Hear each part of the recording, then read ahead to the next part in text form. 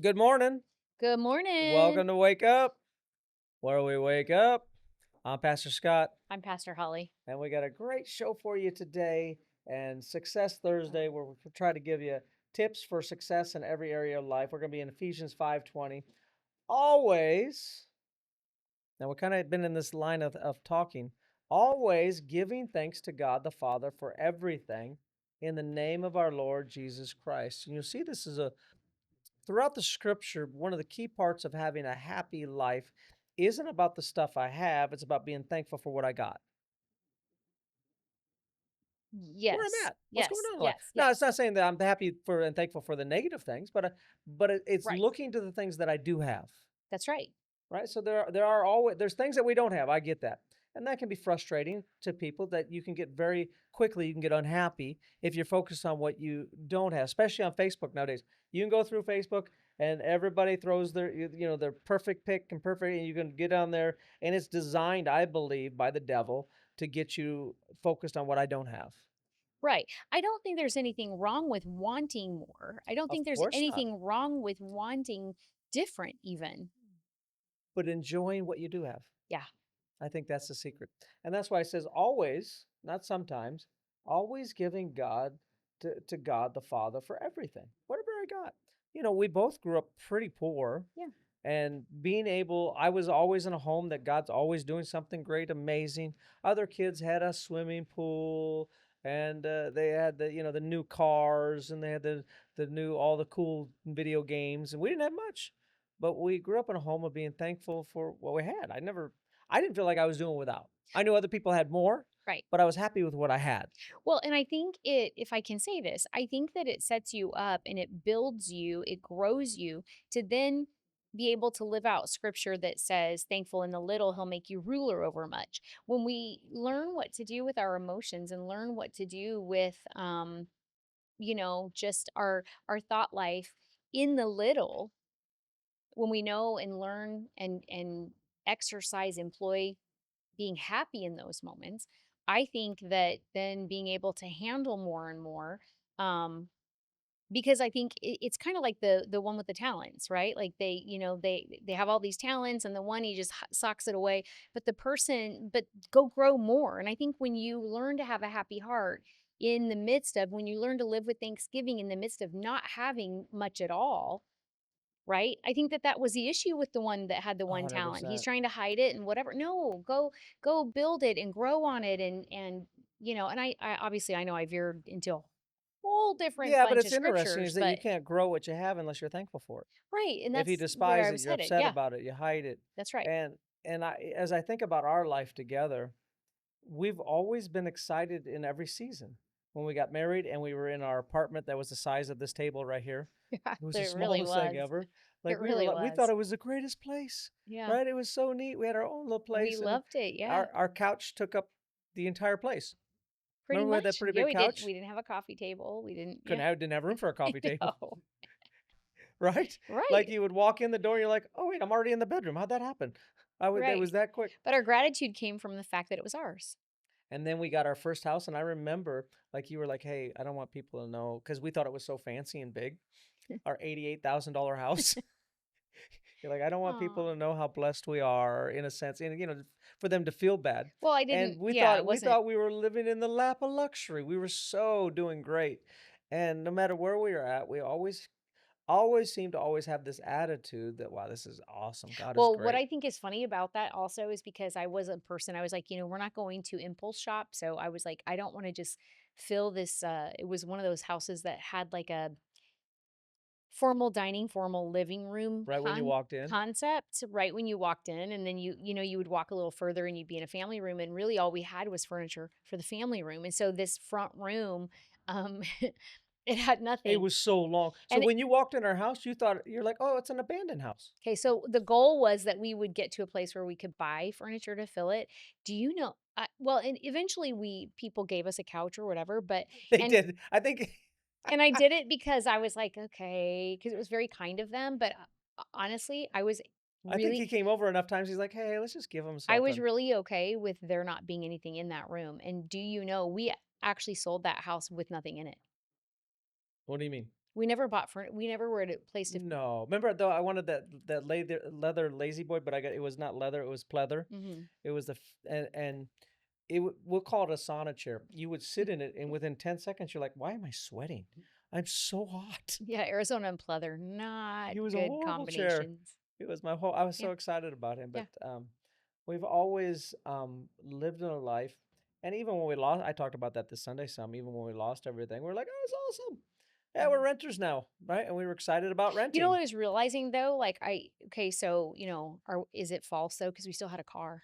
I thought about that on Sunday. Yeah, but I How went many from of you know I can be very no, like, no, no, no, I'm in no. the, I Yeah, can but be watch this. absolutes. We Yeah, had a but I car. like We how didn't you're lose looking at that. everything. We had a car. I went from a Hummer Yeah, to a Nissan, I think it was like an 8-year-old Nissan Sentra. I right. mean, it's not like I didn't have a nice, super cool car. I had like True. I went to a little beater, and I loved him. Remember, I was like, I Right. love him But it because wasn't a because bike. after the Hummer, like the gas mileage, because I think the Hummer only got like 8 or 9 We miles got to the really gallon. excited about the That little savings. Sentra, he got 33 miles. I was like, We did. and I'd go out every day, and I'm like, I love you, Mr. Sentra. And I get in there, and you can hear all the road noise and everything Well, I was going gonna say it was around. prettier than it looked on the inside. It literally felt hollow on the inside. Like you drove in it and you're like, okay, I'm Flintstoning it. Yeah, it's all right. I was like, you really are just using your feet to move this thing, aren't you? From the outside, it looked all sporty and cute, and then you got on in it and drove, and you're like, oh wow, this is really hollow. And we did, we loved we've always, and I think this is what we're trying to get. Stuff will never make you happy, No, but we've always been a couple that no matter what we seem to have, we just found a way to enjoy it. right? We thought it was great, and there was times where we had to save up just to get our kids like a bed, Yep. and we got them like a little car bed. We were talking about that the other day, little blue little bed, Yeah. and Little they played carpet. in that little was it a little Tykes bed? Yeah. Right? It was a fun season to saving up to grow, to like, and so that's really what we're telling you today. That I believe that success is not about what you have, but it's enjoying one where I'm at, but then also excited about where God's going to take me. Hmm. That when I'm faithful with a little, you can't be faithful for anything that you're not thankful for. You can't be faithful for it. No.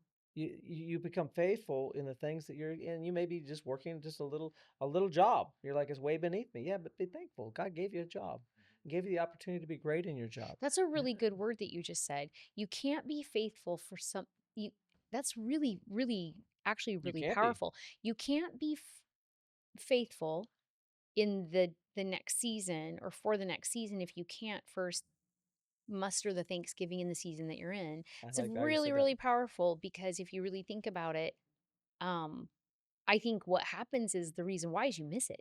Hmm. You miss it. When you're thankful in those like seasons of lack, every little amazing way that God comes through is a big deal. And then pretty soon you wake up one day and you're like, "Whoa, wait a minute. We're no longer in that season of lack.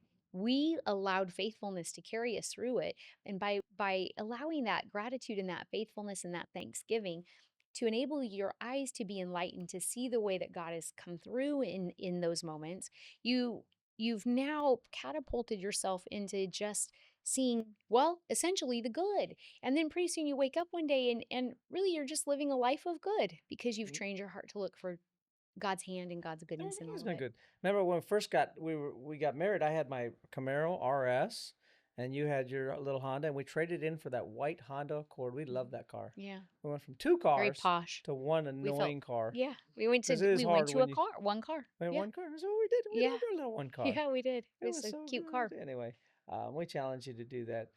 Don't forget to partner with us. It really does a huge amount.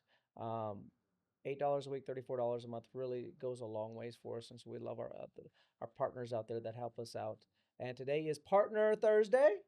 Thank you, Carrie Rude, for $8. That is such a help. Yvonne Woods, thank you so much for 1089. Thank you, Matthew Mitchell, for 1111. I love that. Ryan Kelly, oh wow, $70. Thank Wow. you so much, Ryan. Thank you, Sunny Brisbane, for $9. Wow. Vanessa Rodriguez, thank you so much for $16 $8 from Cheyenne Clemec. every week. Idera Expo, $50. Wow, thank you so much. 2539 from Amy Highmark. That's every week in sunny Brisbane, every week for $8.03. Thank you so much. All right. Our question for the day: how can I measure true success in life from God's perspective rather than just by money, status, or achievement? That's what we said today. I think success is being thankful where you're at and excited where God's going to take you. It's not about money. It's not about what man judges, by what God is. Am I touching lives? Am I impacting lives? Am I making a difference? And am I able to be thankful for where I'm at? Well, and I think what I hear you saying is the measurement of that is how you feel on the inside about your day when you are walking out the word in those moments. Because it's asking, how can I measure true success in life from God's perspective? I would say, how do you react when life isn't going great? And if you're able to smile in it, if you're able to still encourage people in it, if you're able to actually, if you run to the word in the middle of it, I think you're doing awesome. I think that that is how you can measure living from God's perspective rather than the markers of the world. Chuck Norris, Thursday. Chuck Norris can dribble a bowling ball. Usually you would read the I next didn't one. I know That's how that works. I read one, then you read I one, read one, then you read you one. is. I know, but I it took me a minute because I thought that there should be a question and then okay. Anyway, when Chuck Norris works out, the gym gets sore. I like when you laugh at it. I just Chuck Norris doesn't get frostbite. Frost gets Chuck bite. That one is actually that is funny. a good one. Chuck Norris roundhouse kicked the internet into existence. I don't even know. Watch this clip. I was on a journey of what to do with despair, what to do with the sense of darkness that comes over your life. And I came across this passage, and I taught it back in the days of coffee grounds. And God reminded me of this incredible passage. And in this passage, we'll have 2 points of I thoughts. We'll have the I thought that keeps you in despair, and we have the I thought that gets us out of it. And it's incredible of how quickly we can come out of it, but how much the devil wants to keep you in despair. He wants you to keep hopeless. He wants you to keep that nothing's ever going to change. He wants you to keep you in that depression. But in a moment of changing, I thought, I can change everything going on around me. And what I want you to grab a hold of today is I want to weaponize you against despair. I want to weaponize you against things that'll try and keep you in depression. I want to weaponize you. Come on, somebody. I want to weaponize you against the great tool of the devil. But I want you to really walk away with the sense of that when I have problems, which everybody in this room has problems. We always will have problems as long as we are alive. That's what Jesus says. Problems you will have with you always, but be of good cheer.